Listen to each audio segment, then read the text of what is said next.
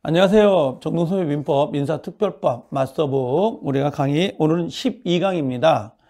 자, 이번 시간은 우리가 사기와 강박 110조에 대해서 설명을 하는데요.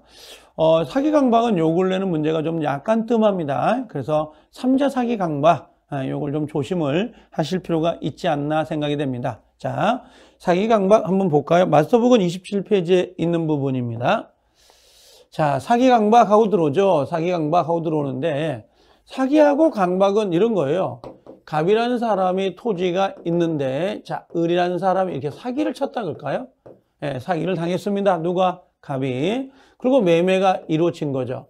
자, 사기라는 게 뭐죠? 사기 그러면 우리가 기망행위 이렇게 이야기하죠. 네, 기망행위. 기망이라는 건 뭐야? 속인다. 다른 말로 이야기한다면 그릇된 관념이라 그래요. 그릇된 관념을 심어준다 그러거든요. 그럼 그릇된 관념에 의해서 요 갑이라는 사람이 착오에 빠지게 되고요. 그리고 갑이라는 사람이 이렇게 의사를 표시한다라고 보시면 돼요. 그래서 을은 이 사람 갑을 착오에 빠뜨리겠다는 고의가 있어야 되고 착오에 빠진 다음에 의사를 표시하겠다는 고의성이 있어야 돼요. 그래서 사기나 강박은 고의가 아니면 안 돼요. 과실로는 안 된다고 하는 겁니다. 과실에 의한 것은 사기 강박이 성립될 수 없다는 거고요. 자, 강박을 한번 봐볼까요? 뭐 갑이 토지가 있었는데 을이라는 사람이 이렇게 강박을 해요. 강박이 뭐죠? 다른 말로 이야기한다면 폭행협박, 폭행협박. 을의 폭행이나 협박이 있었던 거야. 폭행협박이 있었다. 그러고 나서 이렇게 갑이라는 사람이 공포심에 들어가겠죠? 쫄아. 그러고 나서 어떻게 해요? 갑이라는 사람의 의사를 표시한다. 그럼 여기서 을도 역시 뭐야? 고의, 공포에 빠뜨리겠다는 고의가 있어야 되고 고의에 의해서 이렇게 의사를 표시하겠다. 그럼 강박도 역시 뭐예요? 고의가 있어야 되지. 어떤 과실, 실수에 의해서 사기 강박은 이루어질 수는 없어요. 그래서 또 사기 강박은 위법이기 때문에 손해배상이라는 게 들어올 수밖에 없다는 거, 그걸 염두에 두셔야 됩니다. 자, 그럼 한번 봐볼까요? 자, 먼저 사기 기망행위라고 돼 있는데요. 이 기망행위를 우리가 그릇된 관념이라 그래요. 그릇된 관념을 심어준다. 요걸 한번 물어본 적이 있어요. 일전에. 기망행위가 뭐냐? 그러면 우리가 일반적으로 속인다 그러지만 그릇된 관념이라는 거. 그 다음에 착오에 빠뜨리고 착오에 빠진 상태에서 의사를 표시하겠다. 강박, 폭행협박이잖아요. 외포가 뭐냐면 공포심이에요. 공포. 그 다음에 의사를 표시하겠다라는 거죠. 그래서 사기와 강박의 전제 조건은 일단 고의라는 게 있어야 되지 과실에 의해서는 이루어질 수가 없다는 겁니다. 자, 그러면 여기 보면 뭐라고 되어 있냐면 사기, 고의가 되어 있죠. 2단의 고의가 있어야 된다. 2단의 고의. 과실은 안 된다라고 되어 있어요. 과실에 의한 사기나 강박은 될 수 없고요. 그 다음에 이번에 위법한 기망행위가 있어야 되는데 부작이나 침묵도 된다. 그러니까 기망행위가 무조건 적극적인 건 아니에요. 소극적도 돼요. 소극적이다라는 것도 됩니다. 그러니까 예를 들면 우리 여러분들 그 아파트 같은 거 들었을 때에 공동묘지라든지 쓰레기 매립장이 들어서는 걸 알면서도 불구하고 이걸 고지하지 않았다면 당연히 이것도 사기가 될 수 있다라고 하는 거고요.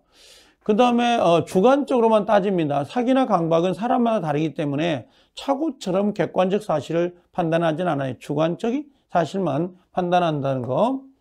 그 다음에 여기 역시 강박이라고 돼 있죠. 강박도 뭐가 있어야 돼요? 고의가 있어야 되죠. 과실에 의한 것은 될 수 없다라는 거고요.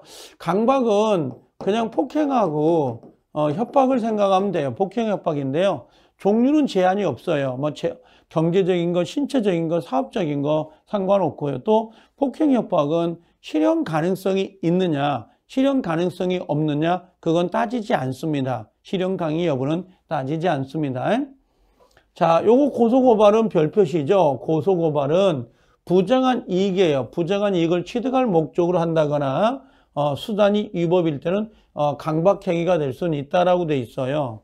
그래서 우리가 보통 일반적으로 고소나 고발은 형법상의 하나의 내용이기 때문에 강박이 될 수는 없는데 고소 고발로 인하여 부정한 이익을 취득할 목적, 부정한 이익을 취득할 목적이라면 당연히 얘는 강박이 될 수밖에 없다라고 하는 겁니다.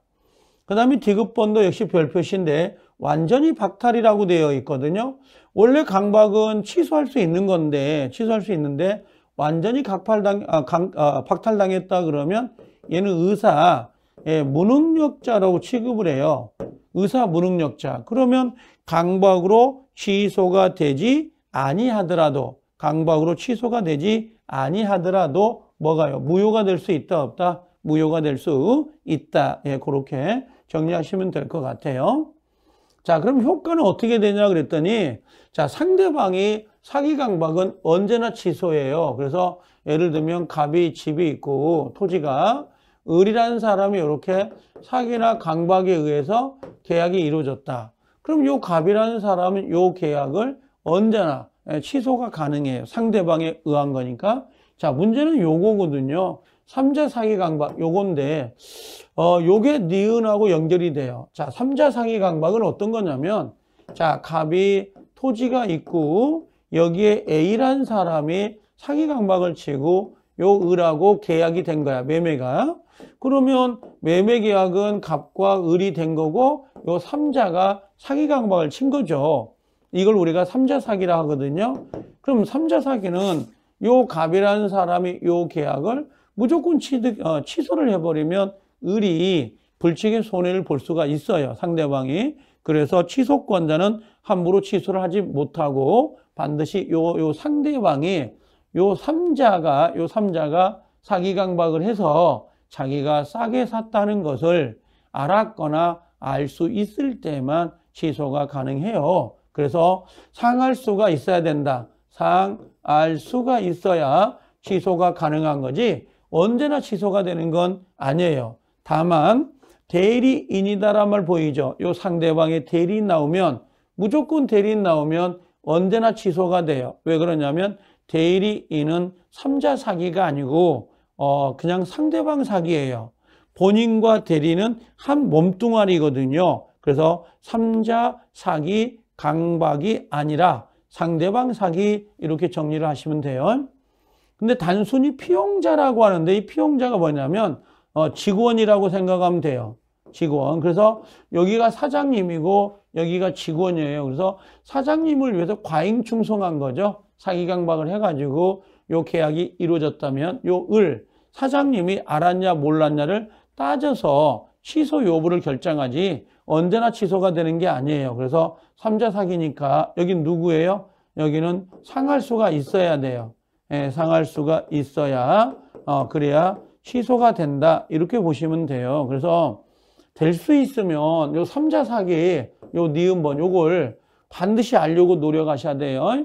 그러면 삼자가 사기 강박했을 때 갑이 취소권자인데 언제나 취소할 수 있는 건 아니다. 상대방이 알았거나 알 수 있을 때만 취소할 수 있다는 거고요. 만약에 상대방이 선의 무과실이면 요 갑은 요 계약을 취소하지 못하잖아요. 근데 사기 강박은 위법이기 때문에 요 계약 자체가 취소가 되지 않는다 하더라도 손해배상은 청구할 수가 있어요. 그래서 간혹 가다가 갑과 을 간의 계약이 취소되지 아니하더라도 손해배상을 청구할 수 있다는 거, 요걸 놓치면 안 됩니다.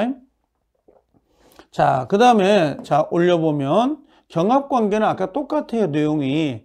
여기가 사기하고 착오가 경합된다 그러면 아까 선택적이라고 했죠. 그 다음에 사기에 의해서 하자 있는 담보 책임, 하자 있는 물건을 매수했다면 이것도 선택적이에요. 자, 그 다음에 불법 행위로 인한 손해배상하고 부당이득인데요. 자, 무슨 말이냐면 갑과 을 간의 계약이 취소가 돼요. 그럼 취소가 되면 효과가 뭐가 나오냐면 부당이득 반환이 나와요. 근데 사기 강박은 그 자체가 또 위법이거든요. 그러면 거기 불법으로 인한 손해배상이라는 게 나와요. 손해배상. 그러면 여기 보면 요 손해배상이나 그 다음에 요 부당이득은 성질이 같아요. 중복 보장이 안 돼. 중복 보장이 안 된다고. 그래서 여기 보면 요 부당이득 반환 청구와 손해배상은 선택이란 말 보이죠? 중첩은 안 돼요. 요 두 가지가 성질이 같아요. 돌려받는 거하고 손해배상은 같은 내용이라 중복 보장이 안 되고 선택적으로만 행사할 수 있다는 걸 놓쳐서는 안 돼요. 그래서 자, 여기까지 원래 사기인데 사기는 어려운 건 아니고요. 가장 어려운 게 요 3자 사기 강박이 어렵다는 거, 이거 놓치면 안 된다는 거 알겠죠? 그래서 비진이 통정 차고 사기 강박에서 그나마 사기 강박이 그래도 양이 좀 적은 편인데 기본적으로 뭐가 있어요? 기본적으로는 거기 우리가 그 3자 사기 강박을 놓쳐서는 안 된다는 거, 그걸 하나 유념해 주셔야 되고요. 자, 밑에 넘겨가지고 우리가 지문 정리 한번 봐볼까요? 자, 뭐라고 되어 있냐면 여기 보니까 사기를 이유로 법률행위를 취소한 자는 취소 효과가 생기는 부당이득이 있잖아요. 부당이득과 그 다음에 손해배상입니다. 요 두 가지는 중첩이 안 돼요. 중첩이 안 되고 선택만 돼요. 선택 둘 중에 하나만 되지 중첩적으로 보장하진 않습니다. 그 다음에 여기 시가 보인가요? 교환계약. 그래서 항상 제가 요 시가란 글자가 나오면 이건 착오도 아니고 그 다음에 사기도 아니다. 그래서 시가가 나오면 무조건 뭐예요? 얘는 유효로 가야 돼요. 이건 취소가 안 되는 겁니다. 그래서 요건 아예 외워버리면 좀 편해요. 이 부분은. 자, 그 다음에 세 번째는 자, 주체무자의 기망. 주체무자 요거 3자입니다. 3자의 사기. 3자의 사기죠. 신원보증. 요 신원보증이 포인트예요. 신원보증이 나오면 무조건 뭐라고요? 요건 착각에 의해서 날인했다 그러면 요건 취소할 수 있다라고 하는 거, 요걸 좀 체크해 주셔야 되고요.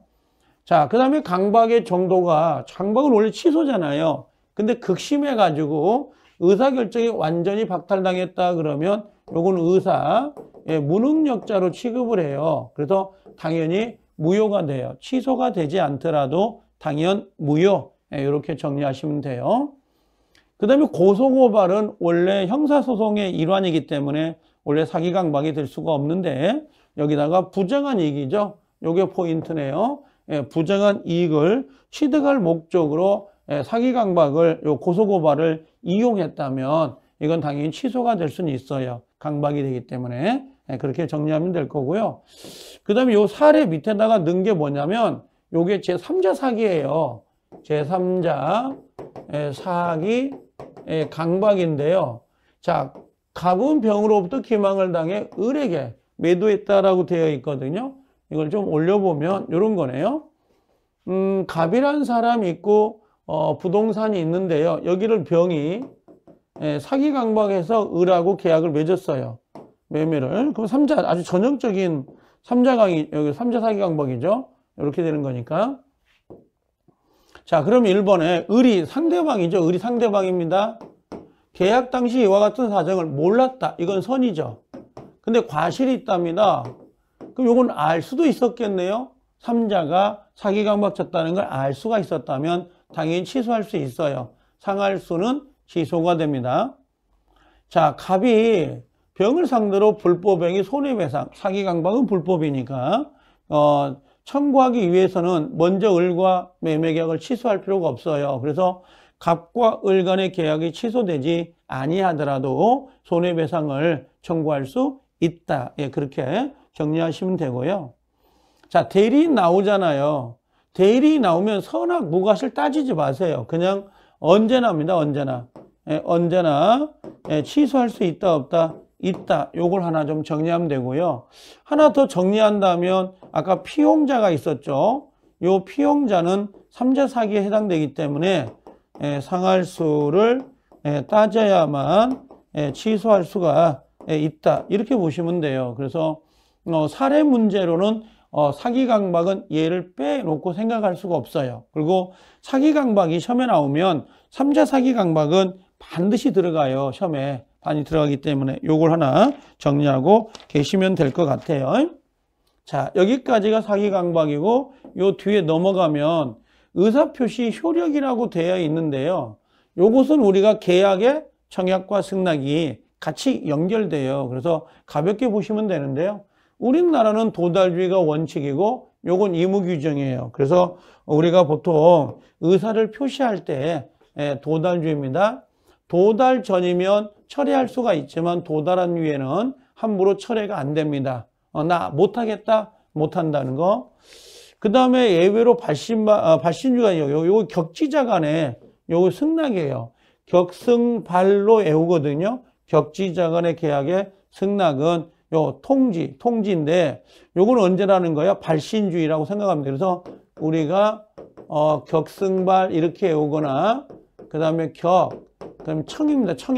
청약은 도달주의예요. 그래서 격승발과 요 승낙이고요. 요건 청약입니다. 달라요. 효력 자체가. 그래서 우리가 계약법에 가면 가끔 내요. 그래서 격승발은 하나 외울 필요가 좀 있고요. 그 다음에 여기 일본의 표의자가 이것도 좀 중요해요. 의사를 표시한 후에 사망하거나 행위 능력을 상실했다 하더라도 그 의사 표시는 영향을 미치지 아니하기 때문에 통지가 도달하면 그 의사의 효력은 발생이 돼요. 유효하다라고 보시면 돼요. 그 의사가 도달되면 효력이 발생하잖아요. 도달하기 전에 표의자가 사망하거나 행위 능력이 상실됐다 하더라도 영향을 미치지 않는다는 것은 유효입니다. 그런 의미예요. 유효입니다. 자, 4번 의사표시 수령 제한 능력자인데요. 제한 능력자가 누구예요? 미성년자, 한정후견, 성년후견 계시를 받은 사람은 상대방의 의사를 수령할 능력이 없어요. 요거 수령 능력이 없습니다. 그럼 수령 능력이 없으니까 상대방 입장에서는 당연히 도달을 주장하지 못해요. 그러니까 미성년자가 의사표시를 받았다. 그럼 미성년자는 그 내용을 알 수가 없거든. 그럼 상대방은 내가 말한 게 당신한테 도달했잖아 라고 주장할 수가 없다는 거예요. 이건 도달을 주장하지 못한다. 2번 제한 능력자 측에서 도달의 발생을 주장할 수는 있다라고 되어 있는데요. 자, 요걸 좀 약간 그려보면 이런 거예요. 갑이라는 사람이 의사를 이렇게 표시했어. 이게 미성년자인데. 자, 그리고 여기가 A라는 법정 대리가 있어요. 그러면 지금 말하는 게 요거예요. 요 갑이 얘한테는 주장 못해요. 요거 미성년자이기 때문에. 근데 다만 요 법정 대리인이 요 도달 의사를 표시했다는 걸 알았다는 거야. 그럼 도달을 주장할 수는 있어요. 그런데 다만 요런 건 안 돼요. 요 미성년자가 거꾸로 이렇게 주장하는 건 가능해요. 요거 그러니까 얘가 미성년자일 때 상대방은 미성년자에게 도달을 주장하지 못한다. 다만 법정들이 그걸 알고 있다면 주장할 수 있는 거고 거꾸로 미성년자가 상대방에게 도달을 주장할 수 있어요. 그런 부분의 차이가 있다는 거. 요 그림을 좀 보시면 금방 좀 쉽지 않을까 생각은 들고요. 자, 밑에 지문 정리된 거 한번 읽어볼까요? 자, 불착과 연착. 불착은 도착하지 않는 거고 연착은 늦게 도달한 거예요. 그럼 불착과 연착은 어떻게 표의자가 당연히 입증 책임을 져요. 표의자가 불이익이거든요. 표의자가 불이익이기 때문에 도달했음을 주장해야 된다. 입증해야 된다. 그 다음 여기에 보통 우편물 나왔네요. 요 보통 우편물하고 내용 증명 등기 우편 요 두 가지는 비교하는 거예요. 보통 우편물은 반송이 되지 않았다고 해서 그게 도달했다고 간주하기는 좀 어려워요. 추정되지 않고요. 근데 내용이나 등기 우편은 도달된 걸로 볼 수 있단 말이에요. 왜 그러냐면 그 사람이 받아야 되기 때문에. 그래서 보통 우편물하고 등기 우편물, 그 다음에 내용 증명 우편물은 좀 약간 좀 취급이 좀 다릅니다. 그 다음에 도달이다라고 하는 것은 통지 내용을 알 수 있는 객관적 상태. 객관적 상태다라고 하는 건 어떤 거냐면 집 우편함에 들어갔다든지 또는 가족들이 같이 동거하고 있는 사람이 받았다든지 반드시 그 내용을 알아야 되는 건 아니에요. 상대방이 뭐 현실적으로 수령한다든지 그 요지한 거, 그 내용까지 알아야만 도달로 보는 건 아니에요. 읽을 수 있는 상태로 놓인 걸 말합니다.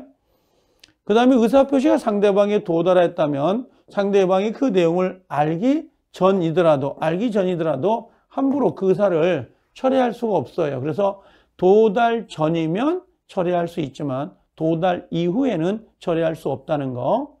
6번째, 매매의 청약이 상대방에게 도달하기 전에 청약자가 사망한다 하더라도 당연히 효력이 발생한다. 유효입니다. 이런 의미고요. 미성년자는 행위 능력이 없고 수령 능력도 없다라고 되어 있어요. 자, 의사표시 상대방이 수령할 당시 제한 능력자인 경우 표의자는 의사표시 발생을 주장할 수 없고 다만 이 상대방이 누구예요? 미성년자. 미성년자라면 이건 주장할 수 있고요. 다만 이제 또 법정들이 그 사실을 알고 있다면 상대방도 주장할 수가 있겠죠. 그래서 나와 있는데 이 의사표시 효력은 좀 내용이 있긴 한데 그렇게 가볍게만 이렇게 툭툭 치고 들어가셔야 됩니다. 너무 깊게 이게 보지 말고 나중에 그 계약법에 가면 이 내용을 자동으로 좀 알게 되더라고요. 자, 그래서 이번 시간에는 약간 좀 길긴 했습니다만 우리가 사기하고 강박, 그 다음에 의사표시, 효력에 대해서 좀 정리를 해드렸습니다. 다음 시간에 우리가 대리라고 하는 거 있죠? 이걸 좀 정리할 테니까 잘 따라오시면 될 것 같아요. 자, 고생들 하셨습니다. 수고하셨습니다.